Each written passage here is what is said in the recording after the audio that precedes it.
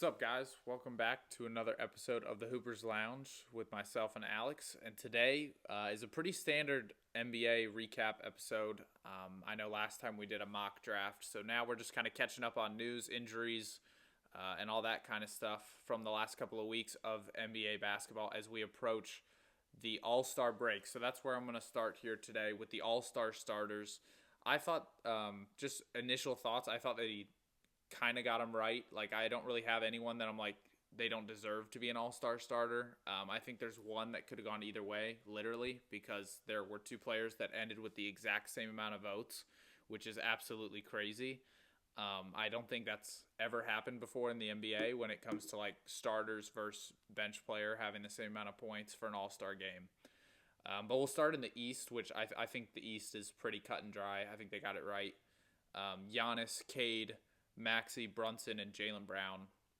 Those five guys have been amazing this year, and most of those guys are in the MVP discussion at this point in the season. So, Alex, what are your thoughts on the East starters? Would you have changed anything, or do you think they got it right? Because I think the East is pretty much perfect to me. Yeah, I think the Ace is spot on. I wouldn't change any of the five players. The only player that I think has an argument is Donovan Mitchell, but with the Cavs just having an underwhelming year as a whole, I think these five players have both performed on an individual and team level at the highest. Giannis, Jaylen Brown, Brunson, Cade Cunningham, and Maxey. They all had career years or close to career years, especially the latter four. While Giannis is just doing standard Giannis things. Um, yeah, like you said, they got it all. They got those five right. I don't think they should change a thing about the East. Voters and coaches got that spot on. Yeah, absolutely. And so now moving over to the West, which I think there's a little bit more controversy about this one just because of the injuries. But I still think all five of these guys deserve to be an all-star starter this year, so I don't think it's like the end of the world per se, but it's going to be Jokic, Luka, SGA, Steph, and Wemby representing the Western Conference as the starters. And then obviously the guy we talked about, Wembanyama, came in fifth in votes. He was tied with Anthony Edwards. And unfortunately, I don't know what the tiebreakers were exactly that gave Wemby the nod, but they had down to the singular vote the exact same amount of votes.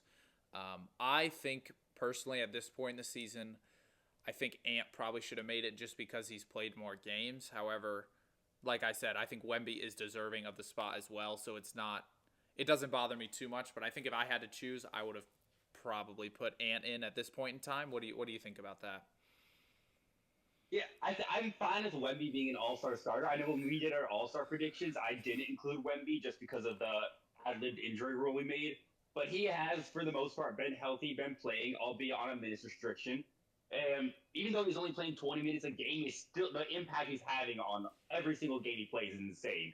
He's averaging 25 points a game, playing 20 minutes a game. It's absurd. So Wemby absolutely deserving of an All-Star starter spot. Here is where if I could choose the West All Star starters, I would have put Anthony Edwards over Steph Curry. And this isn't a knock on Curry in the slightest, okay?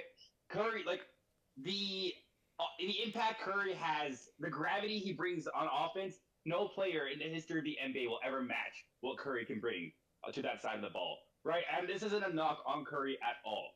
But using the same argument I did for Donovan Mitchell, the Warriors this year, I think it's fair to say, have been slightly underwhelming. They're a play-in team who were expected to be a playoff team, especially after the acquisition of Jimmy Butler at last year's trade deadline. Steph has had a great individual year, yes, but so has Anthony Edwards, and the Wolves are establishing themselves as true contenders in the West. I think that should have been the difference between an All-Star starter and an All-Star bench. And like I said, this isn't a knock on Curry. Absolutely incredible player and an individual. He is carrying the Warriors this year. They might be the worst team in the NBA without Steph Curry. But if we were to, and popularity too, Curry clears Edwards in popularity. So if that was a factor in the slightest, yeah, slot Curry in. But if we were just talking about the best players in the league so far, I think I would have taken Anthony Edwards over Steph. Hey, I agree. I mean, I think you could take Edwards over Luka the way Luka plays defense, like, and the way the Lakers have been sliding. I really think you could argue that too. But Mm-hmm. I agree. I think Edwards, from an individual and team perspective, like you said, should be in over Steph. And to a degree, I think he should be in over Wemby just because of the availability and what he brings. every night. Something I think Ant could have gotten in over 2 or 3 of the 5 guys. He got kind of snubbed, but I mean, at the end of the day, all 5, like you said, are yeah. deserving. So I'm not incredibly mad about and this. It isn't an Andrew Wiggins all-star starter situation. If Steph was the guy looking out, we'd have the same conversation about why Steph probably should or should not be in over Ant or Wemby anyway. So it's the same conversation for any of these guys. All 6 of them deserve to be all-star starters, and unfortunately, basketball's played 5-on-5. The one thing that I thought was really interesting about the all-star voting, and I don't know if you looked at this, but the votes I take the most substance from are the players' votes. The guys that actually are on the court with these guys, playing against them every single night of the year. And in the East, the top 5 player votes ended up being the 5 starters, excuse me. But in the West, only 3 of the top 5 player votes ended up being starters. And that, to me, said a lot about fan voting Who were the 2 and popularity. Outliers? So the top 3 all made it. Was Jokic 1, Steph 2, SGA 3. Wow. So the NBA players didn't vote Wemby as an all-star starter. That is... Or Luka. I mean, they didn't vote Luka either. They didn't vote Luka either. Luka, I mean, yeah, defense is the argument that the Lakers slide down the standings this year. But, I mean, I don't understand how NBA... I mean... I do. Maybe seniority plays a factor. I mean, I can't imagine, and I don't see an argument for Wemby to not be, aside from availability. Yeah, but if seniority was a thing, then a guy like Donovan Mitchell would get in over Cade in player voting, I would think, or something like that. Yeah. So the 2 guys that ranked 4th and 5th were Anthony Edwards at 4 and Kevin Durant at 5. So very interesting to see how the players view what an all-star caliber player is. And again, like Luka and Wemby are definitely all-star caliber players. That's not what I'm saying. But the media, in my opinion, I think had Wemby top 3. I think. And the players don't even have him in the top 5. So that to me shows that like the media is either overhyping him or players are underestimating him. And it'll be really interesting to see if that plays a factor. So I just wanted to get your thoughts on that. I wrote that down because I think what the players have to think about their peers matters more than what the fans think or what the coaches think, because the coaches are not playing against these guys every night. I mean, I know they're game planning for them, but they're actually not on the court having to guard them and play against them or even play with them. Like Steph, all these players have votes. I'm sure Steph was one of the guys that voted KD because he knows how good he is as a teammate or as an opponent. So just something to keep an eye on. I definitely don't think KD should have been an all-star starter. I don't think he's a top 5 player in the West, but that's what the players thought, and it's very interesting to see that kind of a mindset from the players. Here is my qualm with that, is that in the players voting, Bronny James got 2 votes to be an all-star starter. True. Isaac Bonga got 3 votes to be an all-star starter. Drew Timme got 5 votes to be an all-star starter. Right? Like, these are players that I think it's fair to say they're exceptional basketball players. These are not NBA all-stars. I think that's fair for us to say. So that's also the issue I have with players voting, is that their own personal biases are going to come into play. When you take somebody like Wembanyama, he didn't come into the league with any connections. He's an international player, born and raised in France. He didn't play AAU ball. He didn't play college ball. All the connections that he's made have come from the NBA. Kevin Durant has been an American basketball legend since his high school days. Like, he is a legend in and around the States, and that's just going to get him more popularity, more known. Bronny James is known as LeBron's son. That's going to make him popular by nature, and people are going to vote him as an all-star starter. Players' own personal biases come into play. And I think that, and while I agree with you, I do think the player's perspective on the court does give you the best idea of who the best really are. I think the media, specifically, are the people that can vote with the least amount of bias. Fans are going to vote for their favorite players on their favorite teams. The players are going to vote for their friends or, people they have a certain connection with. But the media are just going to vote for, I think, what is best on the court. They're going to try and make it as objective as possible. And Like I agree with your perspective, but only to an extent because I think there is a lot of bias and just wanting to pick your friends and see your friends do well among the NBA players. Yeah, I would I also agree with you to an extent. I don't think the bias is as large as you may be thinking it is. I think a lot of these guys are It's professionals not huge, before. but it does play a factor. A lot of these guys are professional before. I don't want to say rigging because one vote really doesn't change a lot. But like the But two, it does though, because when me and Ant were tied, well, yes, for those two. like But I'm talking about the guys that voted for Bronny James because of bias. That doesn't matter. Like that had nothing to do with well, the All Star voting, if that makes well, yeah, sense. yeah, I agree with you. But say an American player votes for Anthony Edwards because he played against him in high school. He didn't play against Wemby in high school, or he played against Ant in college and didn't play against Wemby in college. That a lot of the time does come into play. Your personal experiences with the guy. Um, and that's human nature. I'm not criticizing it. That's part of basketball. That's part of life. That's I just think that comes into play, especially when we're talking about how close the vote was. How one vote literally could have made the difference between Ant starting and being on the bench. Like it, when the margins are that small, I think you do have to account for the biases, and no matter how small or insignificant they may seem. Yeah, and I hear you there, but in my opinion, if the bias was more significant, I think an American player with all of those personal experiences would have made it in over Wemby then. Wouldn't you say so? Uh, Yeah, agreed. But also, it's not just players; it's the fans and the media that got Wemby in over Ant. If it was just the players, like your point earlier, Wemby would not, Ant would not have been a starter, but KD would have been an All-Star starter. And okay, I love KD, huge fan of KD, legend of the game. I do not think Kevin Durant has been a top five player in the West this year. I think a lot of NBA fans would agree with me. I think a lot of the NBA media would agree with me. But the players don't seem to.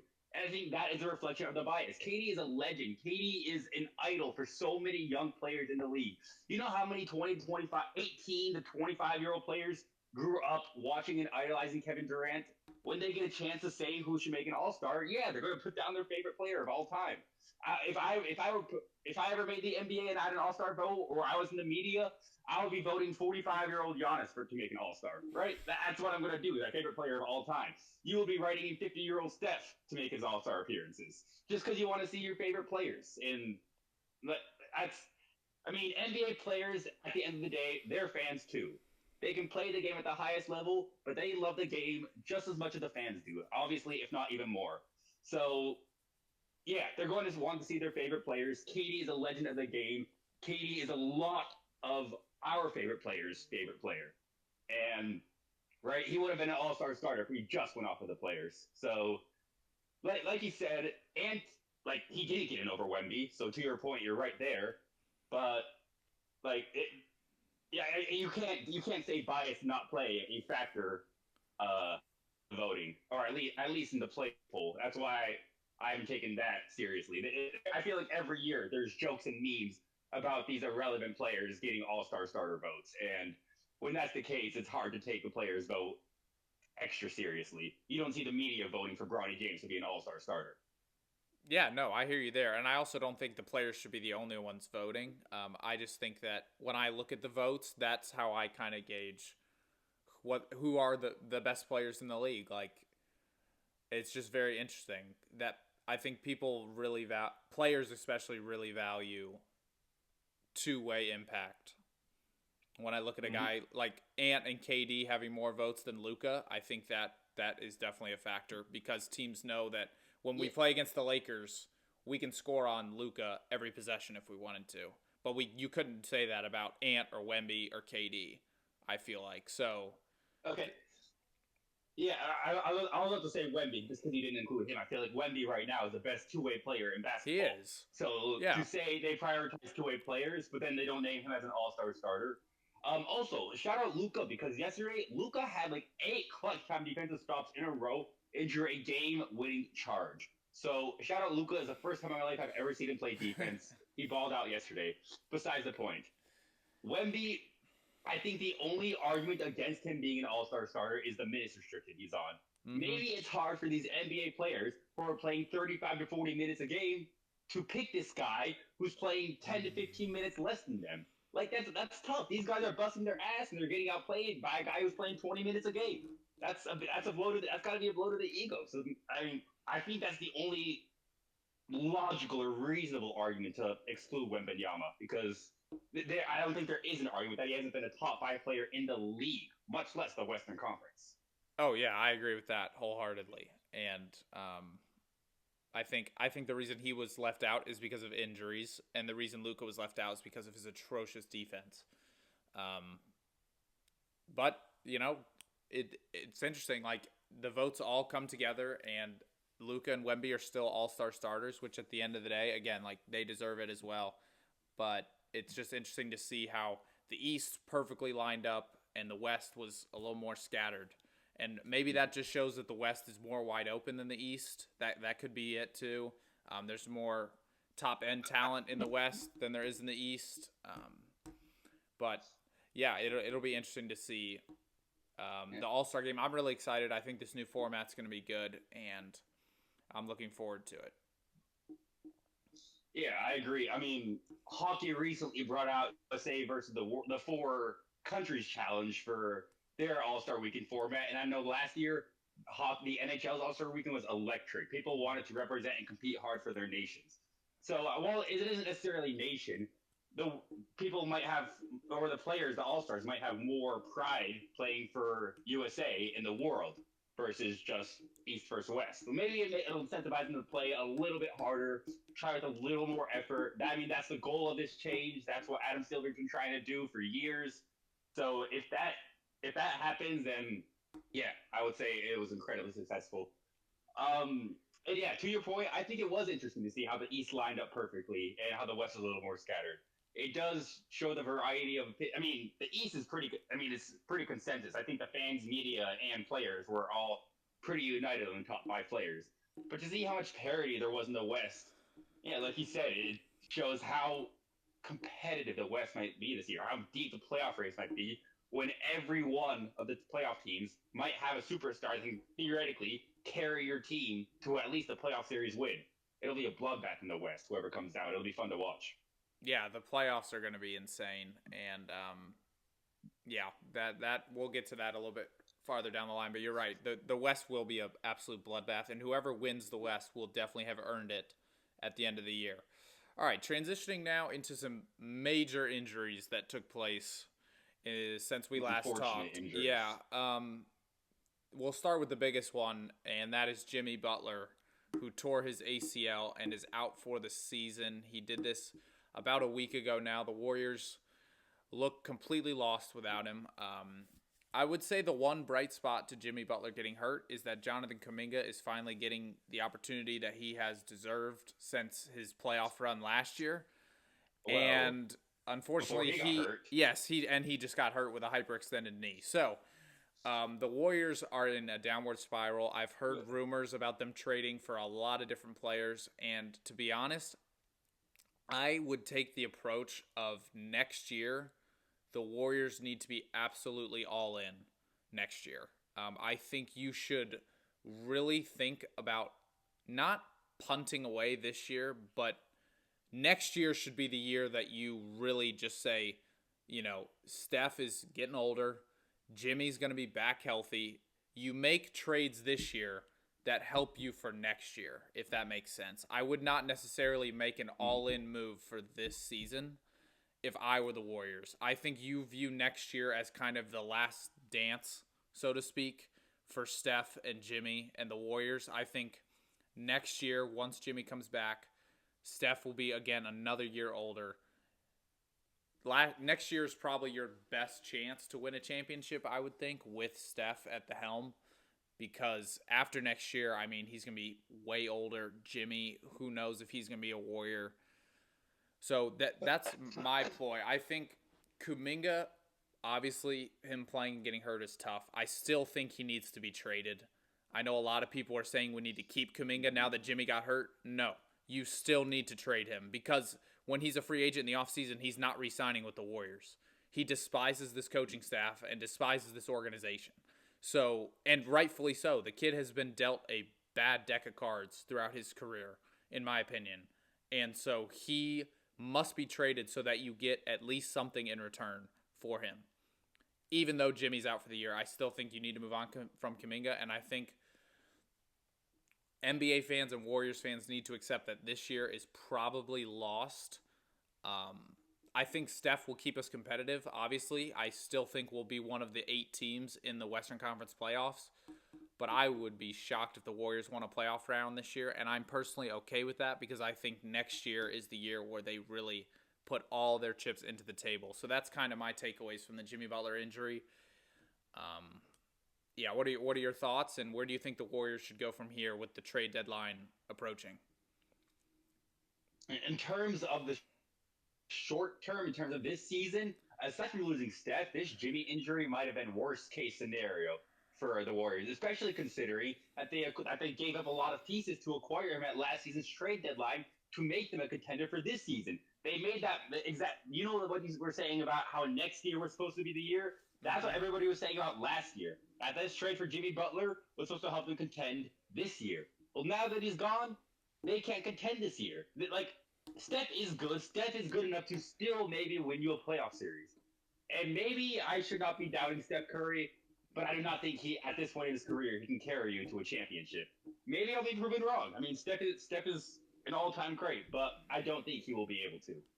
So, but the Warriors punting this year, I mean, you could argue they almost did the same thing last year. They didn't necessarily punt; they still made the playoffs and competed and won a playoff series. But the goal of the trade was supposed to be that they would be even better this year. They made that trade not so they would win a title last year, but so they would have a chance this year. So punting another season and getting another year of aging under Steph, Dre, and Butler, who are already among the oldest core in the league. I mean, it's not good for the Warriors. You could very well make a case that this is the end of the road. And so, yeah, I agree with you. If they are going to make any last-ditch effort, it needs to be next year. Because, you know what? They might not even have the chance next year. Next year might come and it might be too late. But they still need to try. Because it's going to be over very, very soon. Especially with this Butler injury. I have seen a report that the Warriors' dream acquisition this offseason would be to acquire Giannis and LeBron James to pair with Steph Curry. Now, that is a bit extreme and a bit bold. The Golden State Warriors are starting to feel a little bit like the Los Angeles Lakers, and that every disgruntled superstar is starting to be linked there. And it's kind of starting to get frustrating not knowing what's real and what's not. However, if this absurd LeBron Giannis Curry pairing would come true, wow, would that make for not only the most exciting core in the league, but that would be what moves the needle and drives the Warriors, not just to contenders, but arguably favorites. I mean, that trio, yes, it's an aging trio, but those are 3 of the defining players since 2010. Those are 3 of the top 5 players of the last 15 years. The Warriors will be a contender. They will be an exciting team. And if there's any chance that they can do that, you sell the house, you mortgage the future, you do whatever you have to do. Get rid of whoever you have to get rid of. Except Steph Curry, obviously. Steph is untouchable. Aside from that, whatever you have to get rid of. I don't care if it's picks for the next 10 years. Get rid of it. Get those 3 players. Go all in. Because you win a ring with those 3 players, that's legendary, and that'll never be wiped out. Oh, yeah, absolutely. I agree with that. And I saw that same report the other day. I was texting my buddies about it, and I told them I think Giannis is more realistic than LeBron, just from a... I disagree there. I think LeBron's more realistic. Yeah, I don't know. I still think LeBron is going to stay in LA as long as possible. I'm not sure. I do know LeBron and Steph have wanted to play together, but I also know the Warriors have been linked to Giannis for what feels like 2 entire seasons now. So I don't know what's going to happen. Every team in the NBA has been linked to Giannis at this point. He's still in Milwaukee Bucks. So true. I mean, again, I would rather them trade. I would rather them trade for like a couple guys that are serviceable than literally, like you said, sell the entire house for Giannis and LeBron. I don't know. Like it's so hard because like an NBA, that would be awesome. That would be so I mean, cool. Yes, but I just thinking like I think guys that need to be traded. Draymond's got to go. Like I've been watching him recently, and he's just He's just Yes. he's just not Thank good, you. and he's not good anymore. And Alex has been telling me Thank that you. pretty much all year, and he's my guy. I love Draymond, Hall of Famer for sure, but Yeah, my God, is he not this? no, yeah, Draymond's a great He player. He just washed. he is not the Beyond same. washed. Yeah, he is not the same player he was. Kaminga, I already talked about him. He needs to be traded because even if you keep him for this year, he will not re-sign with you next year. And you will have lost him for nothing in the offseason. So trade him for anything. Like literally go get DeMar DeRozan for Jonathan Kaminga. Like I don't know. Yeah, that'd be Like great. like go get something for him. Like I don't know. That'll help in the short term, right? That provides a great secondary scoring option I behind know. Steph, which is what they've lacked all year. That would be great, especially if you're just going to give Kuminga DMPs for him to leave in free agency. Yeah, get literally anything. Get a second overall pick. Get cash considerations. Get Yeah, I anything know. rather than giving him DMPs and letting him walk away for free. The Warriors have just been. I don't know what they're doing, man. I have no idea. They've Yeah. been the Warriors front office has been on some weird shit ever since Bob Myers retired, and they tried this two timelines thing. I don't Yeah, know. The moves they've made have been very questionable. yeah, they feel it feels like they've made a lot of small moves, but they haven't made the one big move yet outside of Jimmy, but still though, I still feel like you could have got Markkanen last year. You could get Mm-hmm. Giannis this year. Like and they I don't know why they're hesitating because Steph Curry is not playing till he's 45 years old. Like we don't have Steph for another 7 years. We've got him for probably 2 more years after this year. And that's probably it. So I would just employ a sense of urgency on the Warriors to really how do we make next year's team the best version possible? I think that has to be the message going into the trade deadline this year and using the rest of these games to essentially try out role players for next year's team. Like that's what I would do. Everyone that's not traded at the deadline needs to be playing. They need to be playing 15 to 20 minutes a game. Anyone that you think could legitimately make the roster next year needs to be playing 15 to 20 minutes a game. And you need to give them a chance because next year is, in my opinion, the last dance, like I said, for the Warriors. Mm-hmm. Moving on to Giannis, who just got hurt. I know Alex has the details on that, so I'll let him get into the Giannis injury. Yeah, just one more thing about Jimmy Butler. Just want to say I hope he recovers. Butler is one of the most exciting playoff performers in the league. It would be a shame if he's not the same player that he once was for both the Warriors and the NBA as a whole. So all the best to Jimmy Butler in his recovery. Hope he can come back better than ever next year. But yes, moving on to Giannis.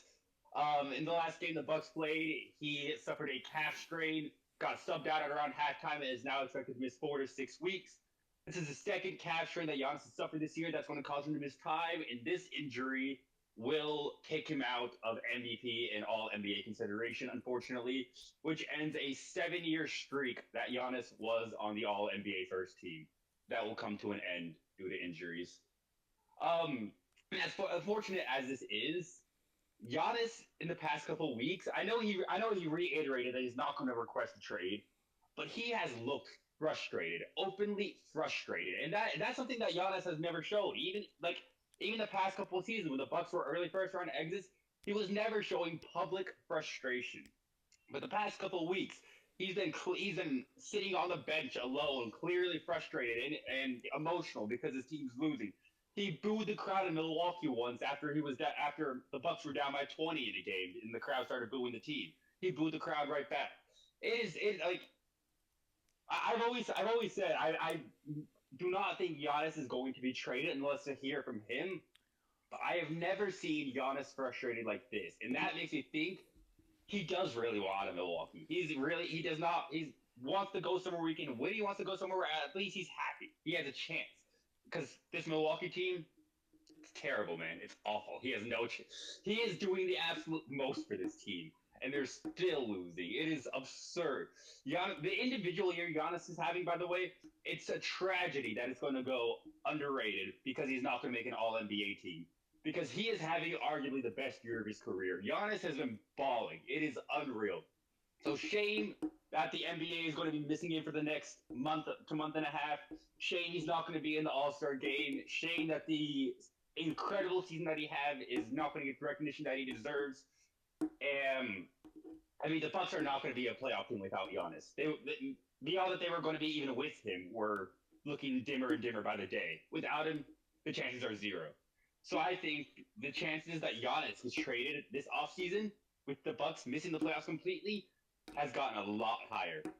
Um, just my takeaways on the injury. I think the Bucks slide down the standings has only just begun.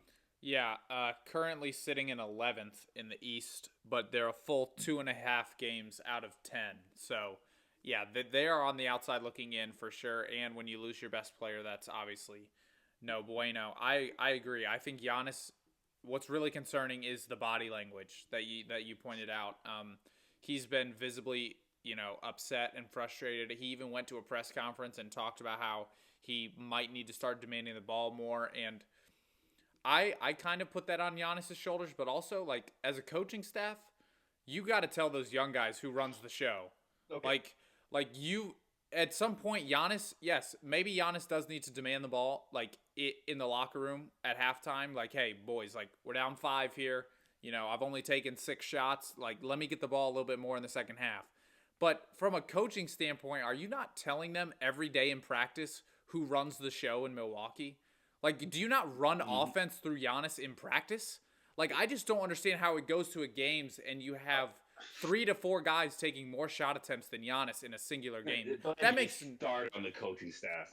makes no sense to me, and that I think is the root of the problem. I don't blame the young guys for taking shots because the way Giannis described it made a lot of sense. Like, we're losing, and the young guys who haven't been here before think that they now need to just play better. And when guys think they need to play better, that usually means take more shots, right? So I understand like where the young players are coming from.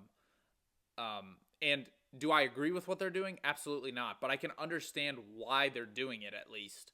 But and especially when you have a coach like Doc Rivers, an experienced coach who's won championships before, why the hell is this? How are you allowing this to happen on the basketball court? Like, I just don't understand that. And I think that's where the root of Giannis' frustration is coming from, is from the coaches and not the players. Agreed. Can I say Doc Rivers is the most overrated coach in the history of basketball?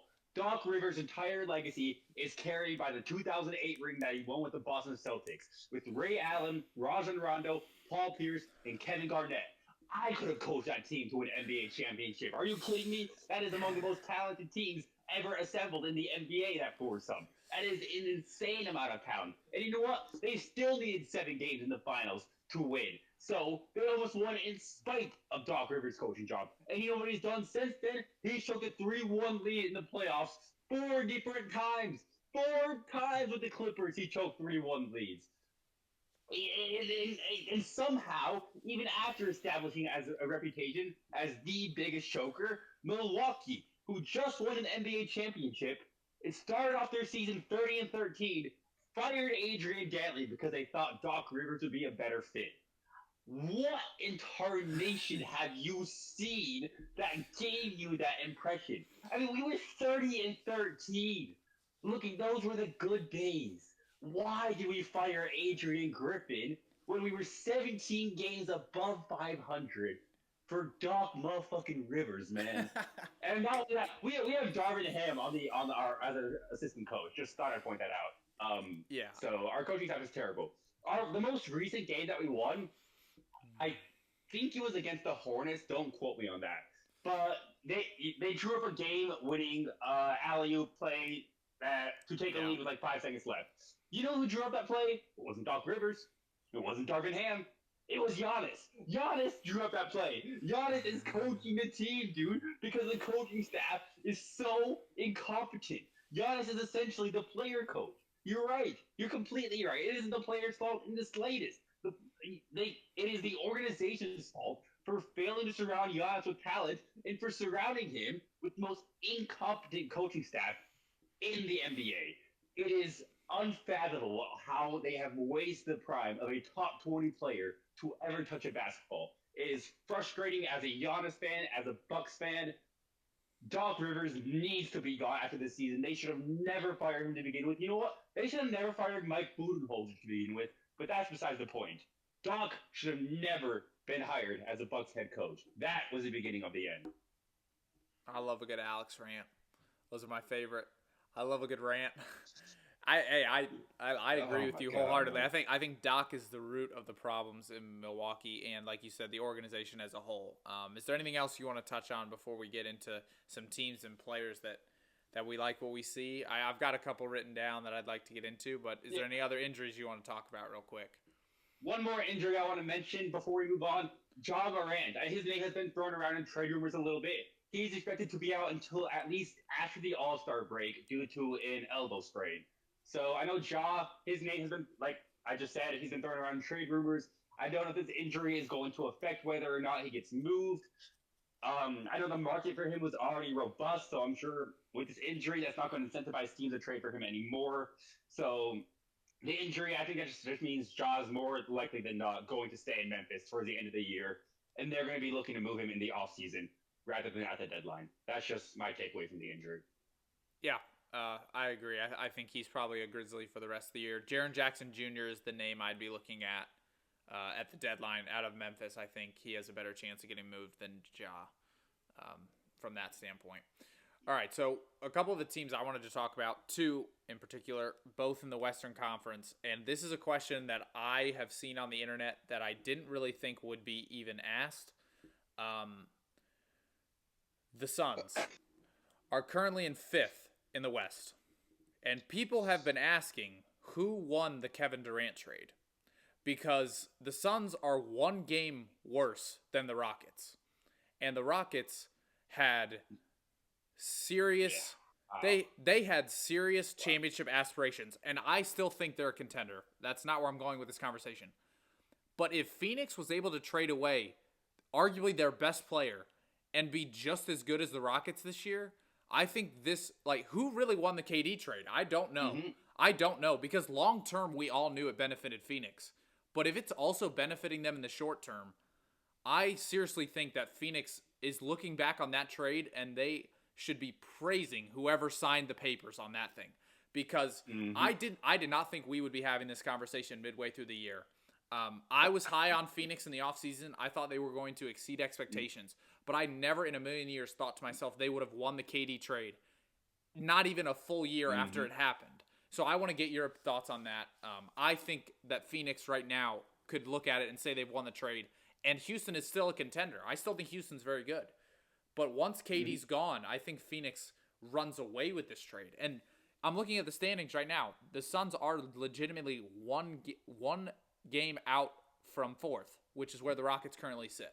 So, so Alex, who do you think won the KD trade at this point in time? Yeah, like you said, it's absolutely the Suns. I was super low on the Suns this offseason. I actually had them ranked 14th in the Western Conference, which is aging horribly. Hate to see it. But the Suns have gone from the nice early season story, the surprise team, to now a genuine playoff contender. Like, the Suns are not even, they're avoiding the playing tournament altogether. They are safely in, which, after trading away arguably your best player in Kevin Durant for future assets, the fact that you improved in the short term is outstanding. It's just absurd. It's something nobody would ever thought happened. I mean, I know there's been a lot of talk about the Suns' win mark this year, the over/under, and how they have already hit that mark, and we're not even at the All-Star break. That's how much they have exceeded expectations. It has been an incredible performance. Devin Booker this year is doing wonders for his legacy, showing that he can lead a team to the playoffs as the first option, because he's never done that in his career. He had Chris Paul when he had the finals run, and then they paired him with Devin Booker, or they paired him with Kevin Durant. Sorry, so Booker leading his team as the de facto clear-cut number one option to the playoffs. I mean, this is definitely the best year he's having as an individual. The Suns, like you said, I think if they make the playoffs, there's no argument as to who won the trade. I mean, unless the Rockets win this year, I think the Suns have already won the trade, just because they're still able to stay in contention, if not be better, without Kevin Durant. They gained assets just to make themselves better. This is almost addition by subtraction, and they added a lot. That's not knocking KD, right? I'm not saying KD was negative on the Suns. He just may have not been the greatest fit with the pieces they had around him. All right, and that's just sometimes how the cards are laid out. That's just how the dice roll. But yeah, the Suns are one of the greatest. Well, they're not even a story anymore. They're a contender. The Suns are the sixth seed in the West. They are a playing team. They play like that to me is the biggest surprise of the season thus far. And yeah, they are the unquestioned winners of this trade, unless Houston wins a ring. But I don't think it's happening. Yeah, I agree. I think Houston made the trade in the offseason for Kevin Durant to win the West. I think that was their goal, to get to the finals. Anything short of that is a disappointment. And yes, to win the West was their goal and have a chance at an NBA championship. They're currently sitting in fourth, but they're one game out of the play-in turn. Like, Minnesota's in seventh. They have the same record as Phoenix. So the Rockets are one game out of the play-in tournament. And to me, I expected them to be way better than this. They have not been very good in the last month of the season. They have not been as good as they were at the start of the year, in my opinion.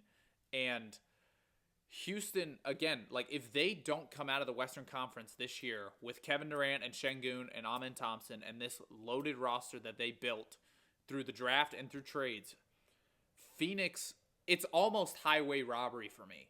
Like, just because, like, Houston is still a good team, and I still think they were happy with the trade they made, because I think both teams benefited from the trade. But I think Phoenix is just exceeding so many more expectations, while Houston is failing to meet their expectations, and that's where the difference to me is in who's winning this trade. So I just wanted to get your thoughts. I saw it on Instagram the other day, and it played a playoff series. I think Houston still wins the playoff series. Oh, absolutely. I'm not saying that Phoenix is better, but like you said, it's based on their expectations coming into the season. Phoenix was majorly expected to be a lottery team. Houston was expected to be a contender. The fact that they're in the same place right now, like you said, clear-cut winner, highway robbery. And I know we did an episode about the KD trade in the offseason, and both of us said this was such a win for Houston. Like, we thought this was the piece that, and now we're looking at it months later, and it's totally flipped. I still think, yes, like you said, the Rockets are the better team. They have a better chance to win the championship. But based on preseason expectations, Phoenix dominated Houston in terms of this trade. And then the other team I wanted to talk about, and this is just kind of to pat myself on the back, probably a month ago now, I predicted that the Clippers would make the play-in tournament, and they are currently sitting in 10th. A full game and a half ahead of Memphis, who's in 11th. So I just wanted to pat myself in the back. They were like 13th or 12th in the West, way out. They had a terrible start. I think this was before they had double-digit wins, and they have been on a tear recently. So shout out to the Clippers. I also saw a stat the other day. To say about the Clippers, to pat myself on the back, that coincided with the return of Kawhi Leonard. So top 5 player in the league this year. Just pat myself on the back for that one. And I saw another stat. The Clippers have beat the Lakers 14 of the last 17 times. Is that not crazy? Wow. That is crazy. Wow. It's a clear-cut better team in LA, and that's not the team I would have thought. Wow. I mean, the standings would tell you the Lakers are way better. But 17, 17, so that's 4 times a year. That's about the last 4 years. Ever since LeBron got to LA, essentially, he has been owned by the Clippers. Yeah. And the Clippers have had injuries, and they've had disappointing seasons, so that was something the Clippers and Lakers just played on national television the other night, and they threw that stat up. They were 13-3 before the Clippers won that game.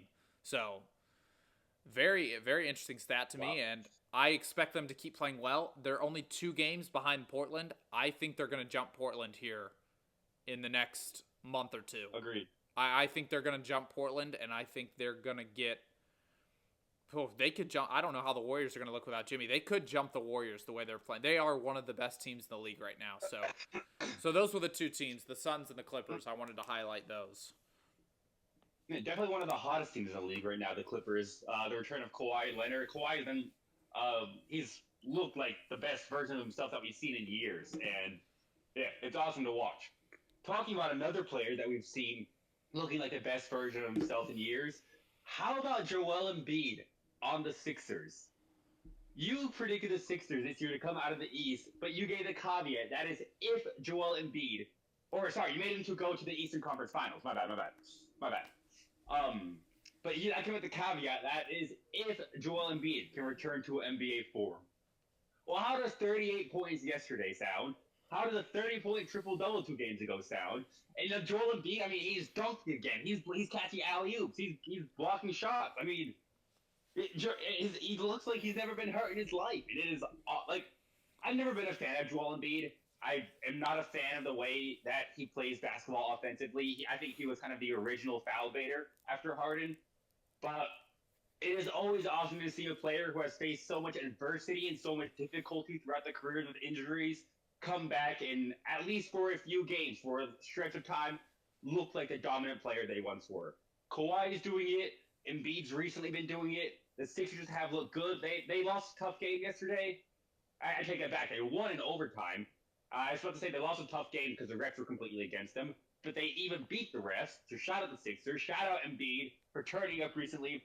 The Sixers are currently 6th in the East, sitting at 24-20. They just jumped the Magic. They're out of the play-in tournament, and yeah, Embiid's looking dominant once again, and that's fun to see for all NBA fans. Yeah, I would like to restate my prediction that the Sixers will make the Eastern Conference Finals, but a new caveat. Yeah, not the Eastern Conference, my bad. New caveat. Paul George must be traded. This guy is going to hold them back, I'm telling you. They need the ball in Maxey and Embiid's hands as much as humanly possible to win in the playoffs, and I am afraid that Paul George is going to ruin that. So I would like to see him traded for possibly some more 3-and-D wings. Can we do that? Is that possible?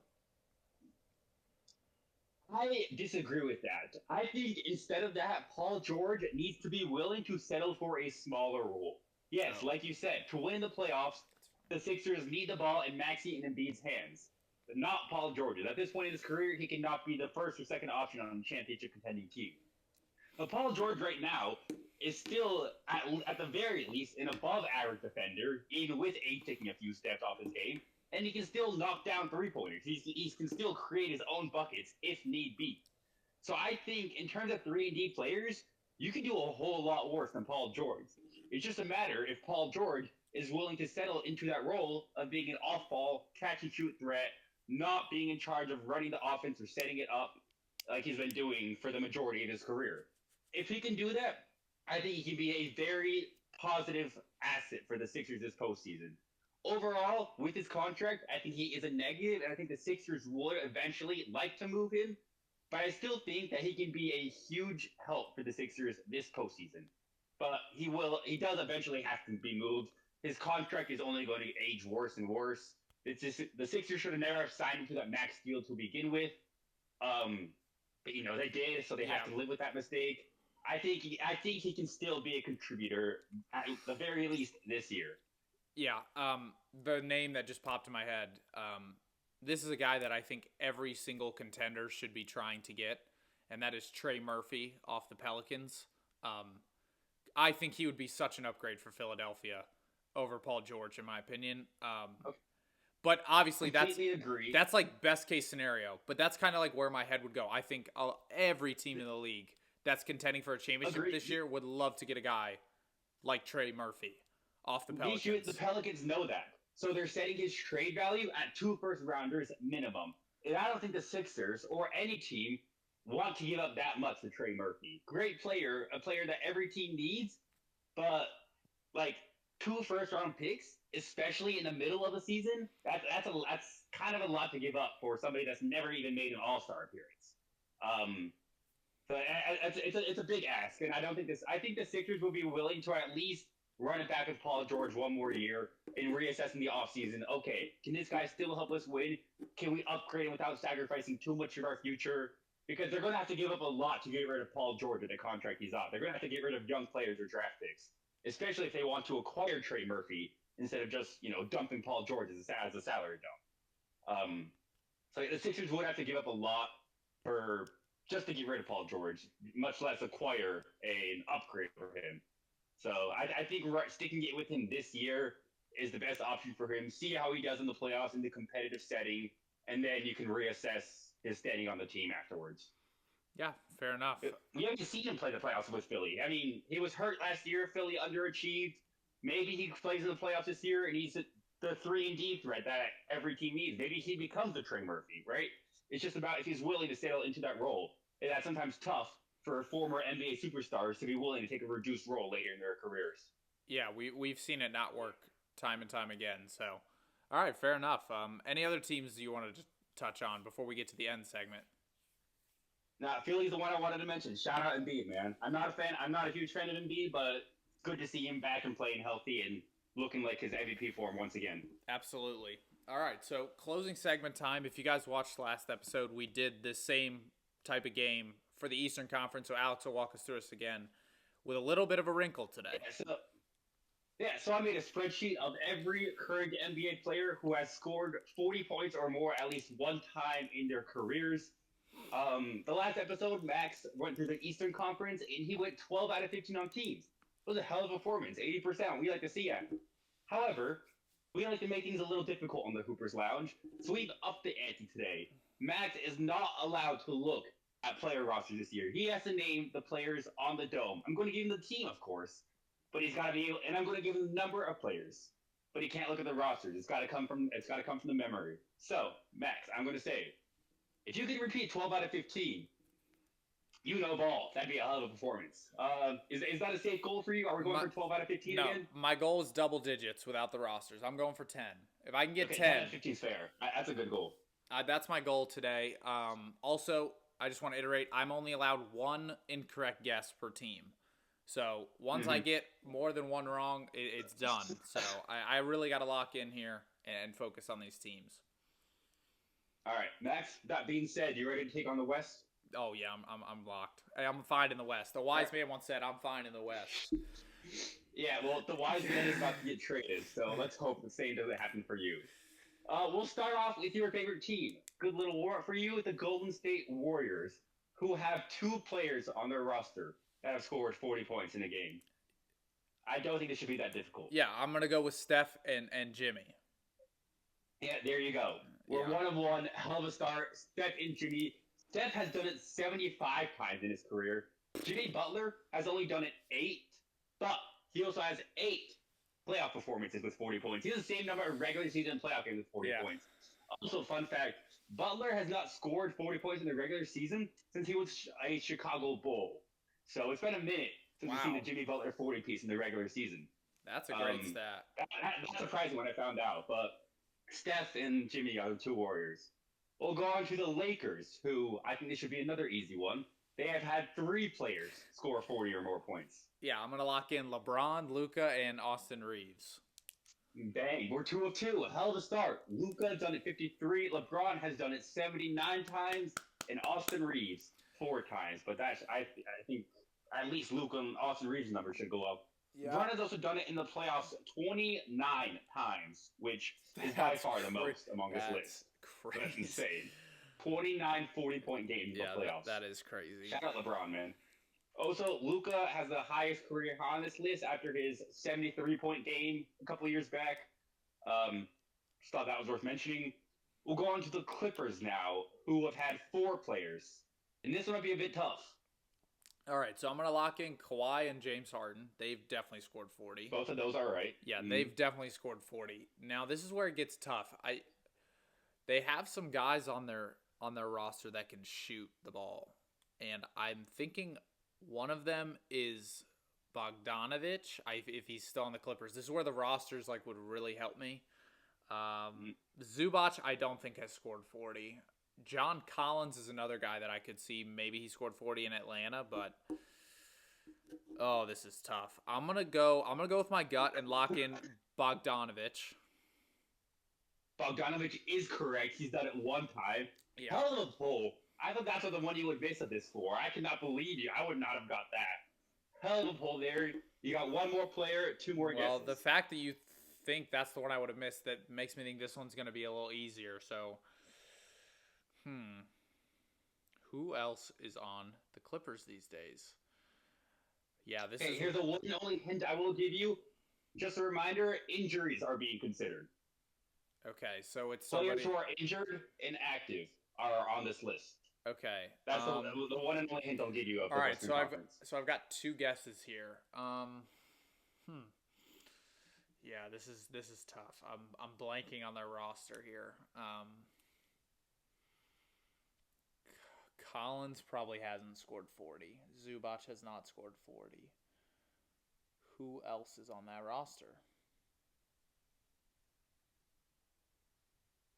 It's got to be someone off the bench. All right. Because I can't think of anyone, I am going to guess John Collins. John Collins is incorrect. Okay. He has not scored 40. You have one guess left. You're gonna be upset with yourself when you hear the name. I think this is one you should get. All right, the one guy that just came to my mind is Nick Batum, but I really don't know if he scored 40 or not. I really do not know if he scored 40. The other guy, I think they have Derek Jones Jr. I don't think he scored 40 either. Jesus. Oh my gosh, this is so tough. Who are their other guards other than Harden? Like, I just don't know who's on that roster. All right, I'm gonna go Nick Batum just because he's been in the league so long. Batum is incorrect, unfortunately. The last player, Bradley Beal. Oh yeah. See, I forgot he was on the Clippers. And that's why I didn't want to either. If you had rosters, this would have been an easy 4-4 for you. So without the rosters, definitely makes it a lot more challenging. Yeah, no. But Beal's done it 31 times, and like you said, if you had rosters, that would have been easy. That's just slip of the memory that he was on the Clippers. Has he even played like any games for them this year? Yeah, he played 2 or like 3 in the beginning of the year, then got hurt, and now he's on missing the rest of the year. So yeah, shout out to Bradley Beal though. He used to be a bucket. Yeah, well he did. Yeah, true, very true. All right, 2 of 3. We'll go on to the Phoenix Suns now, who they have 3 players who have scored 40 points. Okay, I think this one's pretty easy. I'm going to go Booker, Dillon Brooks, and Jalen Green. 2 of those 3 are correct. Booker and Jalen Green have. Dillon Brooks has not scored 40. Okay, all right, so I got one more guess here. The last player has done it twice. Last player's done it twice. They've got Royce O'Neal on their team. He's kind of a shooter. Grayson Allen, Jesus, did he score 40 once? I feel like he was definitely the guy that's done it like randomly. I know he just dropped 30 the other day. Oh my gosh. Who else is on that roster? Definitely none of their centers. Their centers suck. So definitely none of them. Hey, Nick Richards is a dog. Malawatch is going to be a dog soon. Yeah, but none of them are scoring 40. True. I'm between Grayson Allen and Royce O'Neal, and that is so disgusting to just say out loud. That is so disgusting to say out loud. That had to be an original sentence. Nobody else has put those 2 names together in the history of basketball. Oh my God, who? Like Colin Gillespie, I don't think he scored 40. And I don't think they have any vets that just sit on their bench. Like, I'm waiting for a team because I know there's a vet that definitely scored 40. All right, I'm going to go. Grayson Allen just dropped 30. I feel like that was a career high for the kid. I'm going to go Royce O'Neal. Lock that in. Royce O'Neal is incorrect, and you're going to be kicking yourself because it is Grayson Allen. He has done it twice. Oh my God! Unfortunate guess there. I'm so that brings it down to 2 of 4. And if it couldn't get worse, we're gonna go on to the team that has the most 40-point games on their roster, the Sacramento Kings, who have 7 players who have scored 40 points. All right. Which, if you told me to pick a team that has the most 40-point per game scores. No. The Kings might have been the last team I picked. All right. So they do have the most mismatched. All right.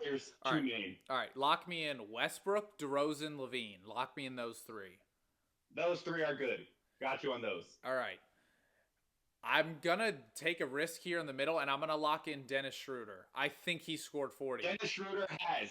He's done it once, career high of 41. Yes. Schroeder has. Okay. All right.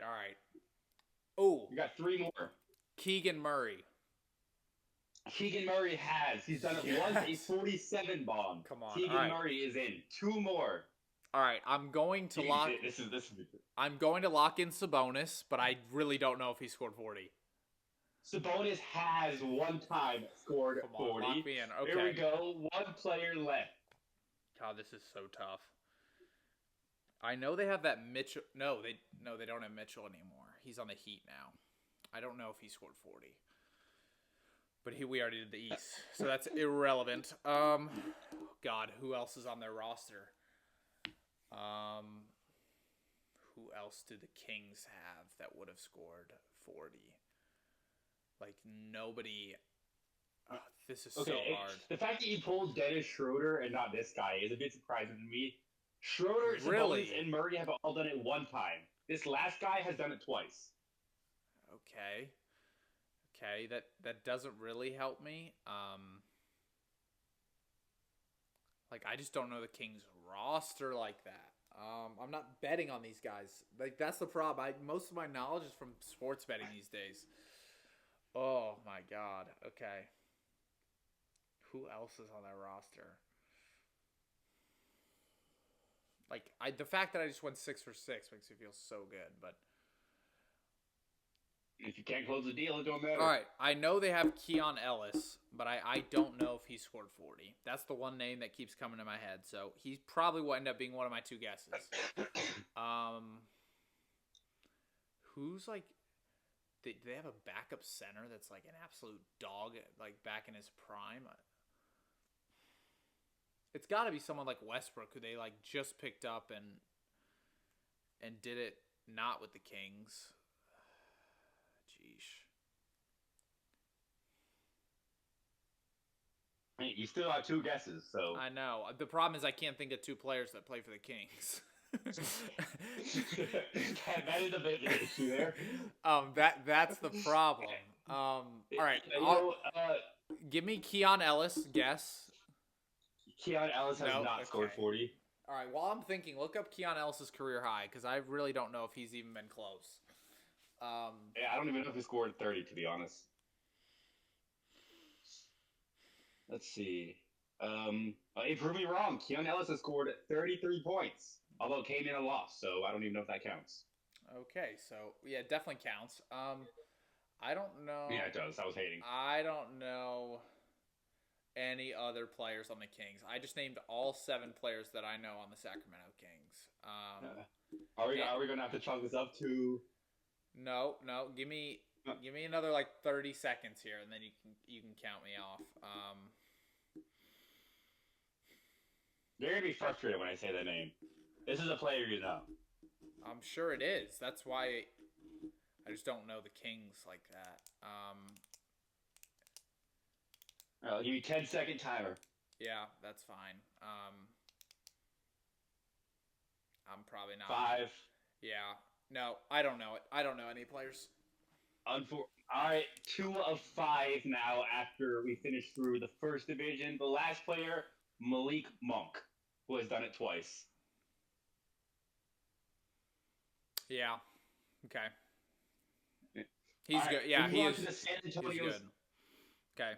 We'll move on to the San Antonio Spurs. This one should be easier after that difficult Kings because the Spurs have 2 players who have scored 40 points. Fox and Wemby. I needed that. There you go. I needed that. I needed that. We needed that for the confidence. The morale. It was huge for the morale.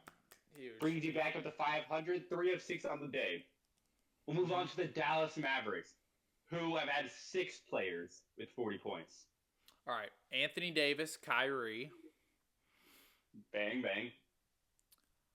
I think that PJ Washington has scored 40, so I'm going to lock in him. He has. He's actually done it 3 times, so PJ's on the list. Yep. Okay. Now it gets dicey. Oh, Clay. Duh. Clay has, yeah. There you go. 2 more. Clay almost did that in a quarter. I know. 39 in a quarter. Shout out Clay, man. Back in his friggin' prime. All right. I just watched the Mavericks last night too, so this should be like kind of easy. Like Max Christie's a guy who he can definitely score 40. I just don't know if he has. Cooper Flagg, I feel like his career high is like 37 or 38. I don't know if he scored 40 yet.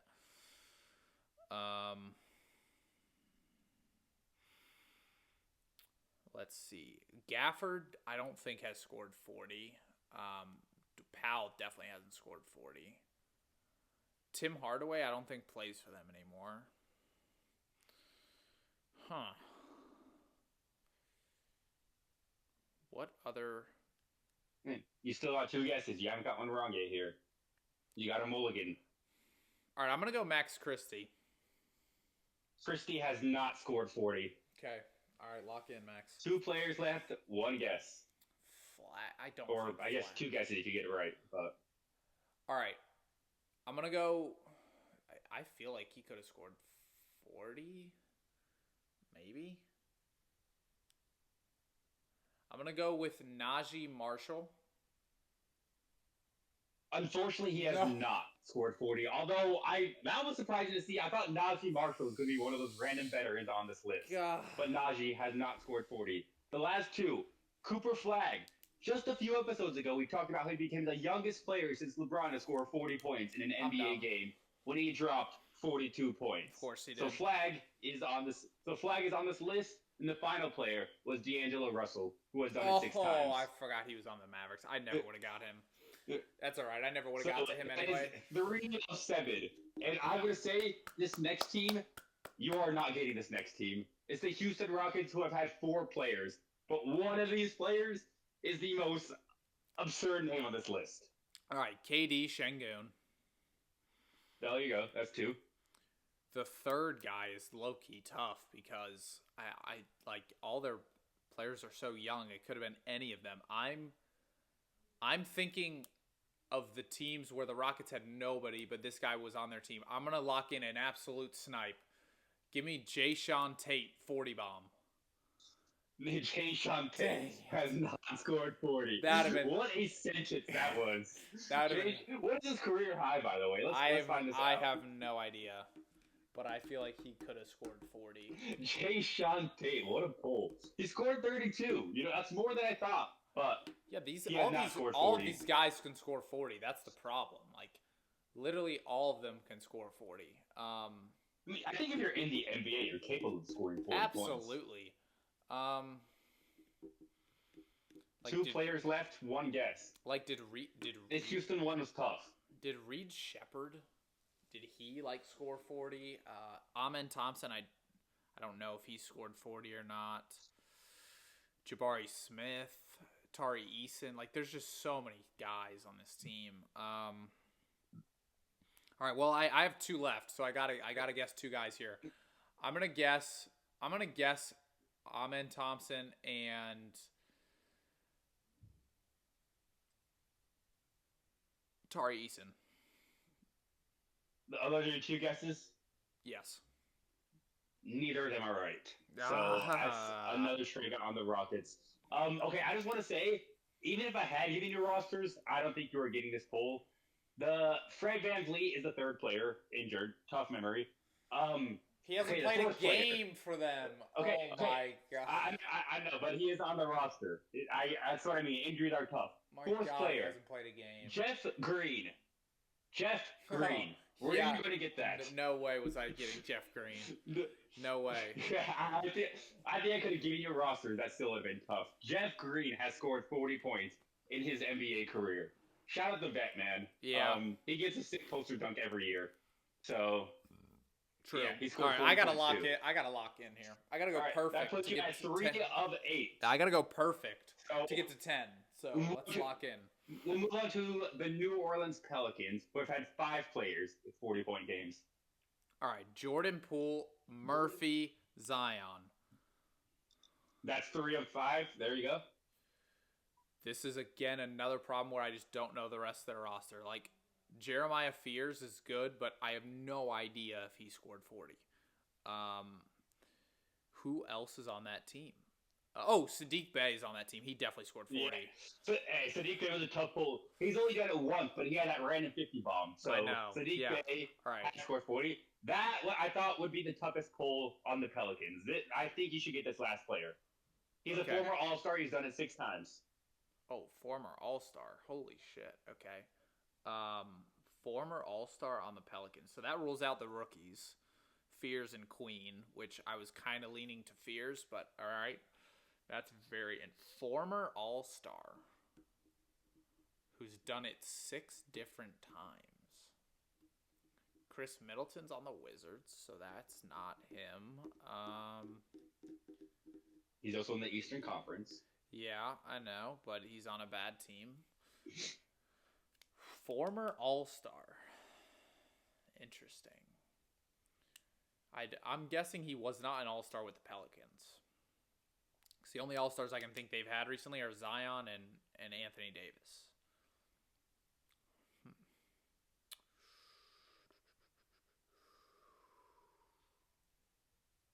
You still got 2 guesses with the Pelicans.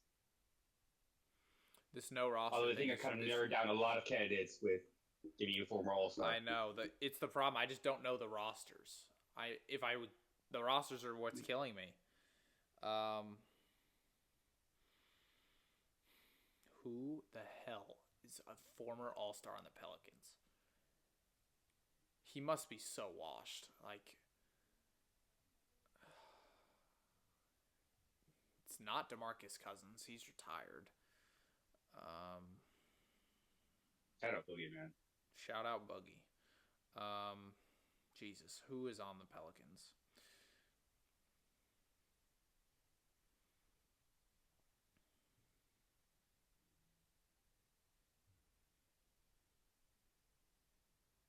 We are officially on low battery on the laptop, so we're gonna start giving you countdowns on this. No, so go to the next team. I'm counting it too short. I'm counting that as a loss. The Pelicans. Yeah. All right, that's what you 3 of 9, I believe. The last player, DeJounte Murray, former All-Star. He has played with the Pelicans, but injuries. I thought I'd give you the hint because again, injuries are tough. Hard to remember those players. It's not the guys. DeJounte Murray. Injuries aren't a problem. These are guys that have not played at all this year. Okay. Mm-hmm. All right, 3 of 9. I think that officially puts you out of contention for double digits. It does. Hey, you can still close it on a good run. Let's close it on a heater. Yeah. Let's get on a new good goal streak. is above 500. That's a new goal here. All right, we'll go on to the Grizzlies. This one might be a bit easier. They only have 3 players who have had 40-point games. All right, Ja and Jaren Jackson Jr. for sure. That's 2 of the 3. And I feel like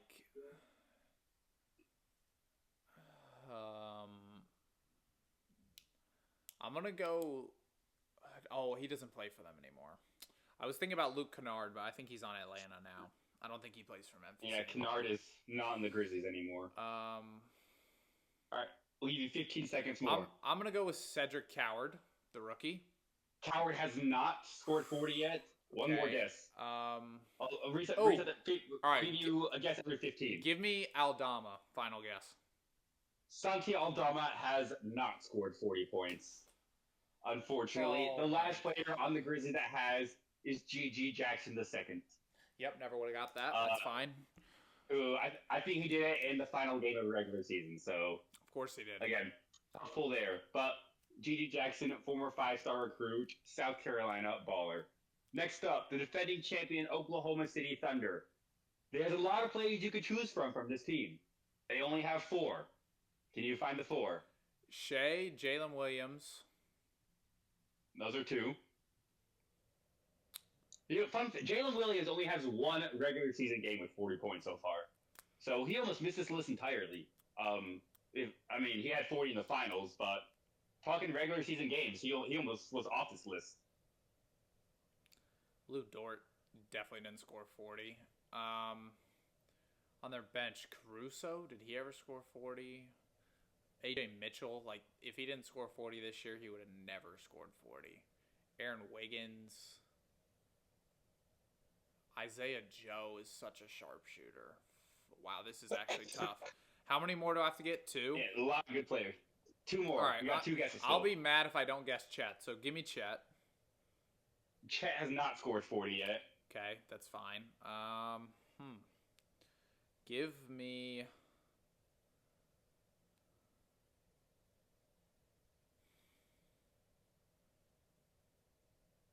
Hartenstein. 10 seconds. I don't think I scored 40. I'm going to lock in Isaiah Joe, and I'm going to lock in... Well, Isaiah Joe would be your last guess. You guessed Chet. So you got 1 guess left. Make it count. Yeah, but I still have to guess 2 players. So Joe and. Oh, yeah, you're right. My bad. Well, Joe is wrong, so it doesn't even matter. All right, let me guess somebody else. Let me see if I can get another one right. Joe and Caruso. You already guessed Chet. You've got your 2. All right, well, that's 3 wrong guesses. Caruso has not either. You did say the 2 correct ones, though. Aaron Wiggins has scored 40, and surprisingly, Lou Dort has scored 40. What? He's only done it one time, but both Aaron Wiggins and Lou Dort have scored 40 points. Those are the 4 Oklahoma City Thunder. We're at 3 of 11 now.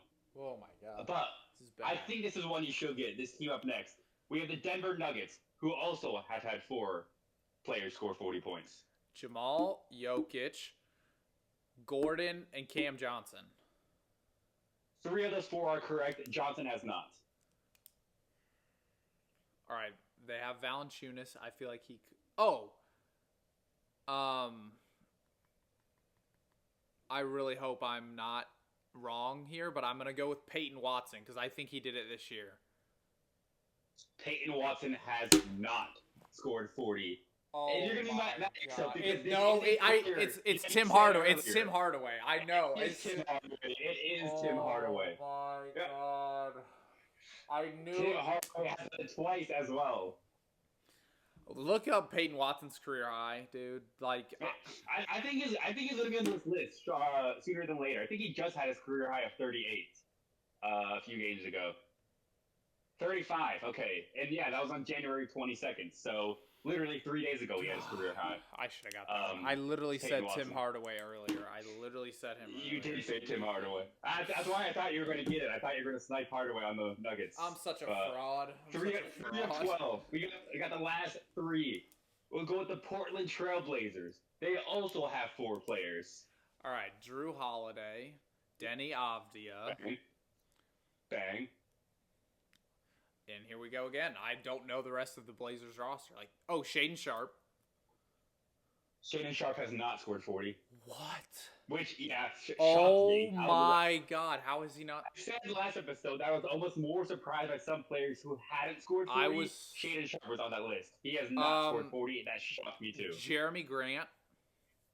Jeremy Grant has scored 40. Yeah, And this last player, I'm going to give you a hint. This might give it away. He's done it 60 times.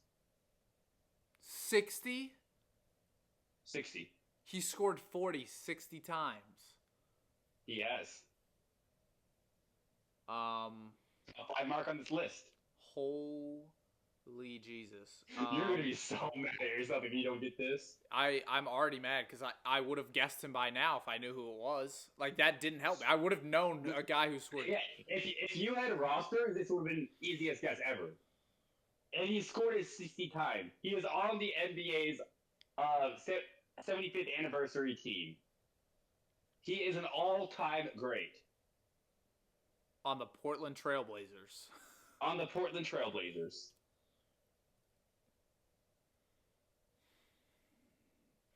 Wow, this is insane You got one guess left. Ball knowledge, I know. Max, this is a rough showing. If you don't get this one, this might be. Don't worry. I can't forget all the. I can't forget all the injuries. Damian Lillard, come on now. Lock me in. Okay. Lock me in. I'd be worried for a bit. Lock me in. Thank you God. You had me scared for a bit. I thought you were about to blow that. Okay. Dave is correct. Back on the win. That puts you at 4 of 13. Needed that. Needed a correct one. Huge for the morale. If you missed Dave, we would have had to retire the podcast. Yeah, that would have been bad. He's one of my favorite players of all time. I could never forget him. Mm-hmm. Never. But you almost did. Never. You almost did. Never. At 4 of 13. Let's see if you can get these last 2. Because every team in this division have had 4 players to score 40-point games. Fascinating. Anyways, Timberwolves, 4 players. Let's see if you can get them. Ant, Randall. Both of them have. Dante DiVincenzo. DiVincenzo has. Hell of a pull. This last one, I thought DiVincenzo would be the hard one. I think this third one should be easier. All right, I'm between Mike Conley, Jaden McDaniels, Bones Highland, Rob Dillingham. I mean, there's a lot of guys that like Dillingham? he's capable of scoring 40 on the last game of the regular season. Most definitely capable of scoring 40. Maybe in high school. Rudy Gobert. He's been a bust. Oh, Naz Reid.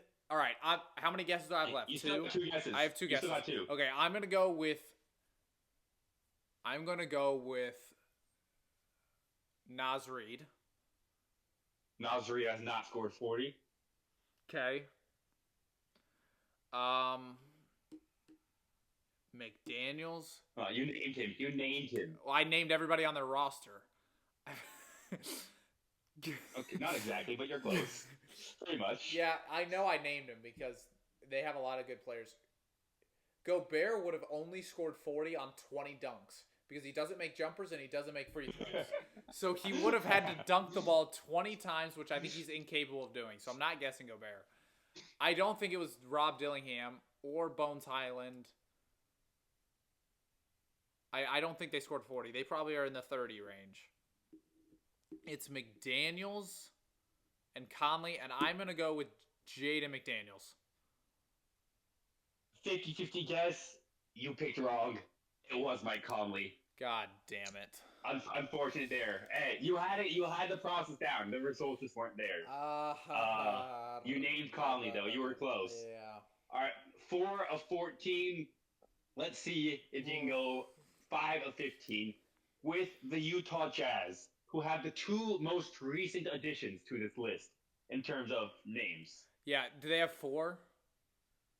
They have 4 as well. Yeah, this is the easiest one other than like the Warriors and the Lakers for me because I know the veteran on their bench that has scored 40. So lock me in Keontae George, Lauri Markkanen, Sensabaugh, and Kevin Love. Just lock those in. There you go. 4 of 4. Yeah. Bang it out. 5 of 15 performance for Max to close out the NBA's 40-point scores. Max, how much harder was this without a roster? Way harder. However, I think half the ones I missed were players that either I would have never guessed or players I just haven't seen play for their teams. Like, I never would have got Jeff Green. I never would have guessed G.G. Jackson. Like, some of those, even with a roster, I don't know if I guessed those. So, the West was definitely harder. Yeah. Like, the West as a whole was harder, but obviously, because I didn't have rosters. But I think even if I did have rosters, I still think that would have been more difficult than the East. I think there are a couple of individual teams that were harder. I am really surprised that you pulled Saddiq Bey. I thought that was one of the harder pulls. The fact that you got Saddiq Bey and missed DeJounte Murray, that was... I know DeJounte hasn't played this year. Yeah, when's the last time DeJounte played basketball? Last season. With the Pelicans. Yeah, last year. But Saddiq Bey has been playing all year, right? Yeah, he just dropped 36 yesterday. Yeah, so it's easier for me to remember players that are playing now because my sports betting brain, when I bet on players, I just check box scores. So I just see guys' names and stuff like that. Yeah, and Murray has not appeared in the box score once this year. No, but, he has not. He was a former All-Star. I still thought that would be a pull. Yeah, he is a former All-Star, which honestly is mind-boggling to me. But yeah, he was a baller with the Spurs, dude. He's done it 6 times. He scored 46 times. Yeah, he is good. Don't get me wrong, he is good, and I'm just happy I got Dame. I'm just happy I got Dame. My rebuild in 2K6. Yeah, if you missed Dame, you were scaring me there for a second. I was like, okay, like if I didn't give you the 60 times, I don't think you would have gotten it. Just like you said, injuries. He hasn't appeared in a box score. Might have not became to the memory. But if I told you that a player in the Portland Trailblazers had scored 40, 60 times. And you didn't get Damian Lillard. I know. We would have had to have a long conversation after this episode. Hey, trust. Hey, you showed up for that one. Trust. Showed up for the Blazers. Trust. I'll give you that. Trust. Oh, that was fun. That was fun. Wrap up this episode of the Hoopers Lounge podcast. We hope you guys enjoyed. Basketball's only getting more exciting. All-Star games coming up. March Madness coming soon. We got 2 exciting NFL playoff games today. We are living lavishly in the sports world. The Northeast is completely snowed in right now, so I got nothing to do except bed rot and watch sports. We're going to have ourselves a day. Peace out. Yeah, peace out, guys.